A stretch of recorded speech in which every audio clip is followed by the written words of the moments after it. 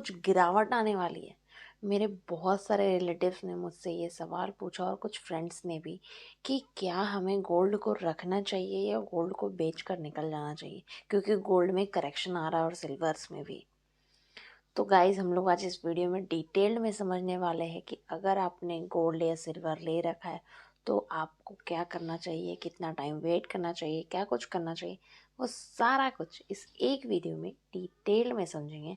अगर आप इस चैनल पे पहली बार आए थे ना हमसे जुड़े रहने के लिए, इस चैनल को जल्दी से सब्सक्राइब कर लीजिए। और हम इस चैनल पे finance and money trade hacks videos आप लोगों के लिए लेकर आते रहते हैं। सो चलिए अपने वीडियो में आगे बढ़ते हैं और समझते हैं क्या करना चाहिए। देखिए, जब पहले की अगर बात बताएं हम, बहुत टाइम पुराने की, तो जब हमारे घर में किसी तरीके की पहले टाइम में भी कुछ दिक्कत आया करते थे, अगर आप किसी को भी किसी तरीके की फाइनेंशियल दिक्कत आती थी, तो सबसे पहले लोग घर में क्या करते हैं, अपने गोल्ड को निकालते हैं एंड गोल्ड को ही कहीं पर रख कर या उनसे पैसे लेकर, जैसे बहुत सारे गोल्ड लोन भी चल रहे होते हैं, तो वो सबसे बड़ा हेल्पफुल चीज़ होता है कि उसे ही जरिया बनाया जाता है पैसा लाने के लिए। ठीक है, अब बात आती है कि यहाँ पे तो बहुत ज़्यादा पैनिक सिचुएशन है कि कभी कभी मार्केट नीचे आ जाता है। तो अब एक बात बताइए कि जहाँ पे जो गोल्ड और सिल्वर है, क्या ये कोई कंपनी है जो डूब सकती है आने वाले टाइम में? ऐसा कुछ है? नहीं, ये तो कंपनी नहीं है। ये तो जस्ट एक एसेट है कि हाँ, गोल्ड गोल्ड जो हमने ले रखा है वो हमें इन फ्यूचर कभी काम आ जाए। और जैसे कि घर पे भी कुछ होता है, शादी वादी फंक्शन वंक्शन होता है, तो हम गोल्ड ही प्रेफर करते हैं कि गोल्ड का ये लेते हैं, गोल्ड का वो लेते हैं, जिसको देना होता है लेना होता है, सब कुछ में गोल्ड चलता है। ठीक है, तो अब ये बात यहाँ पर अटक अटक जा रही है कि ऐसा अल्टीमेटली हो क्यों रहा है। तो देखिए, ये स्टॉक मार्केट है और इस स्टॉक मार्केट में हमने हर बार डिस्कस किया है कि चीज़ें अप्स डाउन होती है। मार्केट कंटिन्यूअस ऊपर की तरफ नहीं जा सकता है, तो मार्केट में कभी डाउन कभी अप, कभी डाउन कभी अप आता रहता है। ठीक है, मैं ज़्यादा जब पैनिक सिचुएशन हो जाती है तो मार्केट बहुत ज़्यादा नीचे आ जाता है। ठीक है, और जब किसी तरीके की कोई भी बहुत सारी चीज़ों से मार्केट इफेक्ट होता है।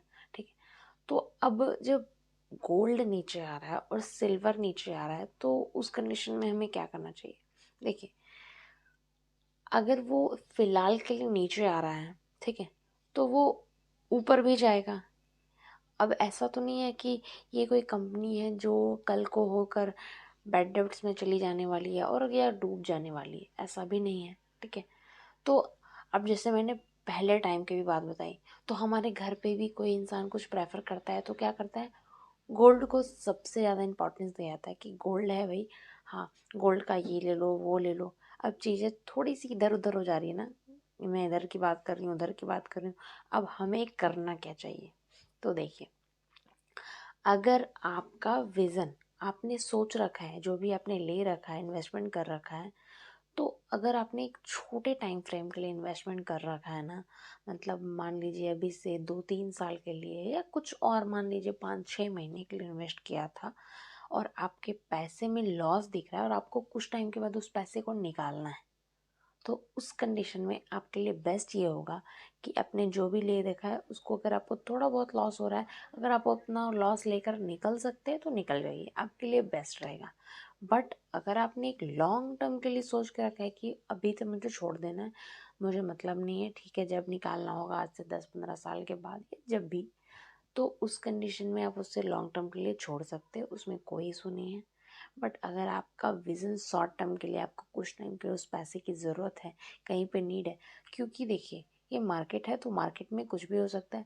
मार्केट कभी भी अचानक से बहुत नीचे जा सकती है, कभी भी अचानक से बहुत ऊपर जा सकती है। तो कोई भी प्रिडिक्ट नहीं कर सकता। अगर आपको कोई कह रहा है कि प्रिडिक्ट करके आप बता सकते हैं, जैसे बहुत सारे लोग होते हैं जो आपको टिप्स देने पे उतर आते हैं कि भाई ये वाला स्टॉक ले लो, ये इस तरीके से बढ़ने वाला, जैसे बहुत सारे ऐसे मिलते हैं। तो वो टिप्स एंड ट्रिक्स के थ्रू आप मत जाइए, क्योंकि वो आपका खुद का पैसा है, क्योंकि जिससे आप टिप्स एंड ट्रिक्स लेने जा रहे हैं उनका कुछ नहीं जाने वाला है, जाएगा, लॉस होगा तो आपका होगा, प्रॉफिट भी होगा तो आपका होगा। तो वो चीज़ें आपको सोच समझ के करनी है। तो मेरा सिंपल सा यही रीज़न है, और मैं यही बताना चाहूँगी, जो कि मैंने अपने सारे रिलेटिव्स फ्रेंड्स लोगों को भी यही रिकमेंड किया, कि अगर आप सबसे पहले अपने साथ बैठिए और आप खुद से डिसाइड कीजिए कि आपको उसे लॉन्ग टर्म के लिए रखना है या शॉर्ट टर्म के लिए रखना है। और शॉर्ट टर्म के लिए रखना है तो कितने शॉर्ट टर्म के लिए रखना है, उसके बाद ही आप डिसीजन लीजिए कि आपको उसे बेचना है या उसे रखना है। अगर शॉर्ट टर्म के लिए, बहुत शॉर्ट टर्म, बहुत कुछ दिनों के अंदर आपको उस पैसे की नीड है, तो देखिए आप रिस्क मत लीजिए, क्योंकि मार्केट में भी अभी जहाँ जिस कंडीशन में, उससे और भी नीचे चली जाए। मे बी अभी आपको कुछ प्रॉफिट दिख रहा होगा, आगे चलकर कुछ और भी लॉस दिखने लगे, तो उसके साथ आप रिस्क मत लीजिए। उस कंडीशन में अगर आप उस लॉस को झेल सकते हैं तो उस लॉस को बेचकर आप उतना लॉस लेकर निकल जाइए, जितना प्रॉफिट मिल रहा है उतना प्रॉफिट लेकर निकल जाइए। ठीक है, इसमें मत रहिएगा कि अभी यहाँ से में भी थोड़ा ऊपर जाएगा, ऐसे होगा वैसे होगा, इस कसमकस में आप मत रहिए। ठीक है, कसमकस। और मेरी अगर मैंने जो वर्ड्स यूज़ किया है उसके लिए अगर कुछ गलत होगा तो उसके लिए मुझे माफ़ कीजिएगा। और इसी तरीके से आप अगर लॉन्ग टर्म का विज़न लेकर चल रहे एक लंबे टाइम के लिए, तो आप उसे रख सकते हैं। एंड मेरा यही कहना है कि अगर आपके पास कोई फाइनेंशियल एडवाइज़र नहीं है, तो आप खुद के साथ बैठकर खुद से डिस्कस कीजिए कि आपके लिए क्या बेस्ट है, क्या गलत है, क्या सही है, खुद डिसीजन लीजिए।